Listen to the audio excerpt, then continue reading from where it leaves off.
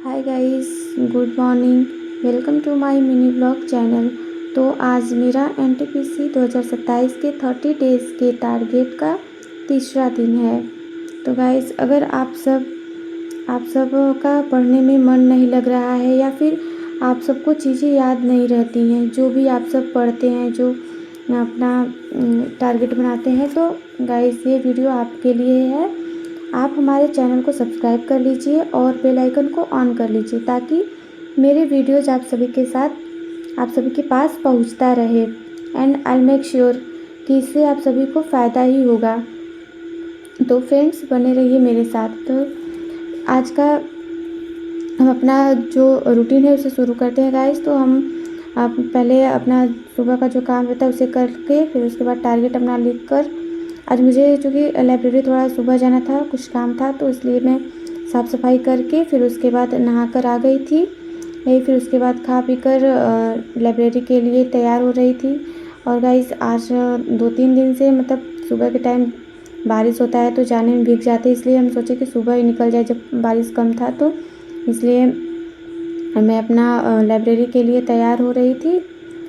तो फिर उसके बाद फिर भी जाते जाते भीग ही गए थे, तो चले गए थे। फिर उसके बाद हम लाइब्रेरी निकल गए। वहाँ पहुँचने के बाद सबसे पहले हम जो आप लोग को अगले वीडियो में मैंने बताया था कि स्क्वायर और क्यूब ये सब याद कर लीजिए, क्योंकि ये मैथ के लिए थोड़ा अच्छा होता है। इससे मतलब कैलकुलेशन थोड़ा आसान हो जाता है। और कई क्वेश्चन तो ऐसे भी रहते हैं कि मतलब सीधे सीधे बन जाते हैं स्क्वायर से, क्यूब से। तो मैं तो 30 तक का क्यूब और 60 तक स्क्वायर याद की हूँ और उसे ही रोज़ रोज़ प्रैक्टिस करती हूँ। रोज़ पहले एक बार उसको लिखती हूँ और उसे याद करती हूँ, उसका रिवीजन करती हूँ रोज़। इतना सबसे पहले मॉर्निंग में मैं इतना करती ही हूँ, क्योंकि ऐसे रोज़ करते रहेंगे तो ज़्यादा कि प्रॉब्लम नहीं होगी इसको याद करने में और हमेशा याद भी रहेगा। तो गाइस, मैं आप सबको भी यही सजेशन दूँगी कि कम से कम आप 20 तक क्यूब और 30 तक स्क्वायर तो याद कर लीजिए। इससे मैथ का क्वेश्चन बनाने में बहुत आसानी होती है। तो गाइस, ये तो आप कर लेंगे तो ठीक रहेगा। और फिर उसके बाद मैं ये करने के बाद फिर मैथ का क्वेश्चन लगा रही थी। पहले तो मैं अपना जो क्लास की थी उसको रिवीजन की, उसका देखकर फिर उसमें जो मुझे नहीं आ रहे थे उसको लगाई। फिर उसके बाद मैं बुक से बैठ गई थी, बुक लेकर लगाने के लिए। और गाइस, ये मैं जो स्क्वायर और क्यूब है इसे लिखी हूँ। अगर आप सबको शुरू में लिखने में थोड़ी दिक्कत होती है, आप सब इसे देखकर, मेरे वीडियो को पॉज करके देखकर आप लिख सकते हैं। तो ये लिखने के बाद फिर वही मैं अपना मैथ लेकर बैठ गई थी, क्योंकि मैथ और रीजनिंग ऐसे सब्जेक्ट हैं जो एक बार बन जाते हैं तो कि समस्या नहीं होती है आगे चलकर। अगर एक बार बन गया तो ये कोई भूलने वाली चीज़ तो है नहीं कि भूल जाएंगे। तो इसलिए थोड़ा गाइस मैथ और रीजनिंग में एक्स्ट्रा एफर्ट लगाइएगा आप सब, हम तो यही कहेंगे। तो मैं वही मैथ लगा रही थी। मैथ का मैं पहले वीडियो से भी की हूँ। वीडियो से करने के बाद फिर ये जो बुक हम लगा रहे हैं आदित्य रंजन सर का है, रेलवे के अकॉर्डिंग PYQ है, तो इससे हम MCQ लगा रहे थे।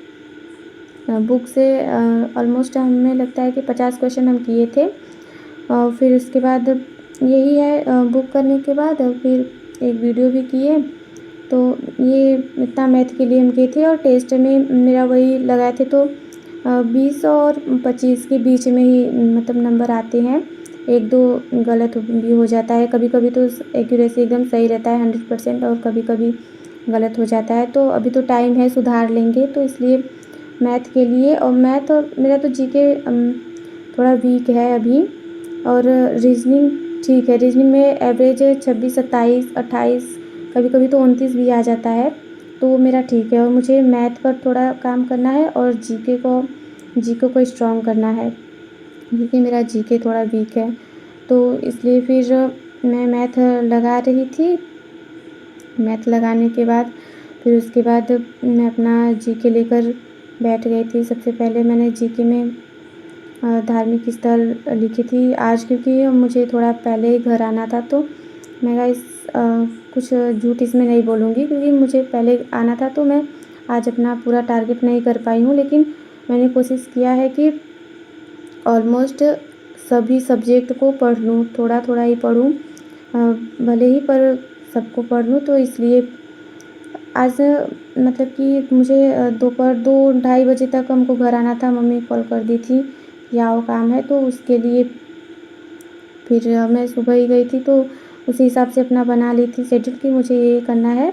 तो पूरा जो लिखे थे वो तो नहीं कर पाए, लेकिन ऑलमोस्ट कर लिए हैं। करेंट अफेयर आज नहीं कर पाए गाइस, तो इसमें कोई झूठ बोलने वाली बात नहीं है। हम आज करेंट अफेयर नहीं किए हैं और अभी टाइम है तो कर लेंगे उसको भी। इसलिए फिर उसके बाद हम यही सब रिवीजन करने लगे। और देखिए, जिसको भी लगता है कि हमें याद नहीं हो रहा है और मतलब कि हम पढ़ते हैं और वो सब भूल जाते हैं, एक तरफ से पढ़ते हैं, एक तरफ से माइंड से निकलते जाता है, तो ये केवल एक लोग के साथ ही नहीं होता है, ऐसा सभी के साथ होता है। तो मैं तो यही कहूँगी गाइस कि देखिए, आप एक बार में कोई चीज़ें नहीं याद होती हैं। सबसे पहली बात ये है, क्योंकि एक बार आप बस पढ़िए, उसको मन से बस पढ़ लीजिए। उसमें से जो भी 10% 20% आपको याद हो रहा है, बस उतना इनफ है। आप ऐसे ही पढ़ते रहिए और फिर उसके बाद जब ऐसे ही 2-3 बार करके रिवीजन हो जाएगा आप सबका, तो आप सबको खुद एनालाइज़ होने लगेगा कि हाँ, अब मतलब कुछ चीज़ें याद हो रही हैं। और अभी तो अगर आप सब एनटीपीसी के लिए टारगेट किए हैं, तो अभी तो उसमें बहुत टाइम है, तो आराम से करिए, मैं तो यही कहूँगी।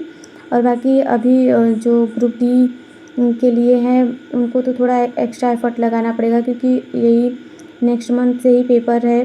तो आप सब उसके लिए थोड़ा एक्स्ट्रा एफ़र्ट लगाइए। और फिर एनटीपीसी वालों के लिए तो मैं तो कहूँगी, अभी देखो टाइम है तो आराम से करो, कुछ पैनिक लेने की ज़रूरत नहीं है, कुछ टेंशन की ज़रूरत नहीं है, आराम से अभी वक्त है। और अभी से अगर गाइस लगे रहेंगे तो आते आते पेपर तो हमें लगता है कि अच्छा परफॉर्मेंस हो पाएगा, तो इसलिए आप सब करते रहिए। तो मैं वही जीके में धार्मिक स्थल ली थी, हिस्ट्री में हम लिखे थे मौर्य साम्राज्य, तो उसको पूरा नहीं कर पाए, आधा पर पढ़े हैं, उसमें आधा पढ़े हैं। और जियोग्राफी का था, तो उसमें हम रिवर उठाए थे कल का ही, तो उसमें आधा कल का था और उसको पढ़े थे, क्योंकि नदियाँ जो है वो हम वर्ल्ड और इंडिया दोनों का कैच कर रहे थे, तो उसमें पढ़ लिए थे।